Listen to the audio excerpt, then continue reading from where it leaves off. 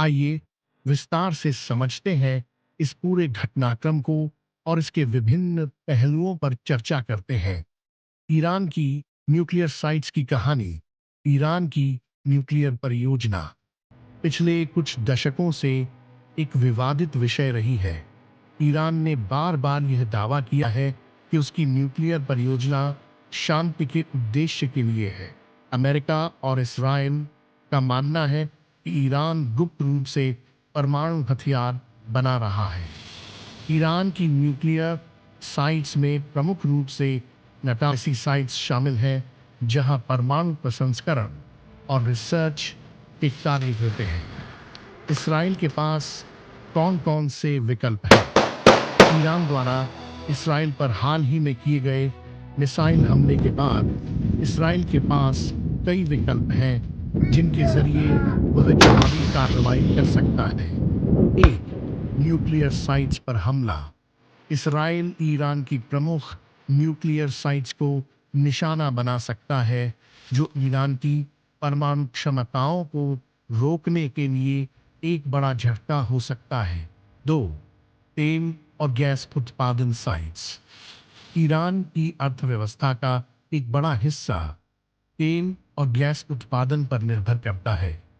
इन जगहों पर हमले से ईरान की आर्थिक क्षमता कमजोर हो सकती है। चार, एयरबेस और air defence system. Israel Iran की सैन्य क्षमताओं को कमजोर करने के लिए उसके हवाई अड्डों और एएम को निशाना बना सकता है। नेतृत्व। इसराइल ईरान के किसी वरिष्ठ सैन्य अधिकारी को निशाना बनाकर जवाबी कार्रवाई कर सकता है, जो ईरान के सैन्य नेतृत्व को कमजोर कर सकता है। अमेरिका का विरोध क्यों? अमेरिका का मानना है कि अगर इसराइल ने ईरान की न्यूक्लियर साइट्स पर हमला किया तो इसका परिणाम क्षेत्रीय युद्ध हो सकता है, जिससे पूरे मध्य पूर्व में अस्थिरता बढ़ सकती है। बाइडेन प्रशासन का रुख यह है कि किसी भी सैन्य कार्रवाई में संयम होना चाहिए और इसे ऐसे तरीके से अंजाम दिया जाना चाहिए जिससे तनाव और न बढ़े।